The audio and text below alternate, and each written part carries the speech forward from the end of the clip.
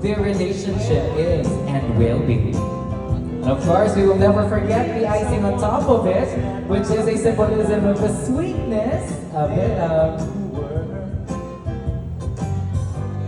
Now, just like the cake itself, it is white, just like the color of the bride's gown, as this symbolizes the purity and authentic love between each other.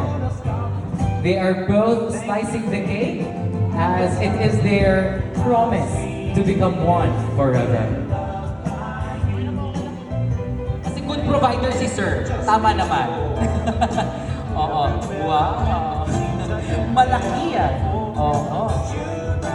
Okay, it's the groom's turn to give a piece of cake. Mukhang gumante.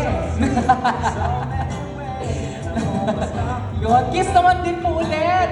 Oo, love it. So, napakan naman po natin ang ating bagong kasal. Hashtag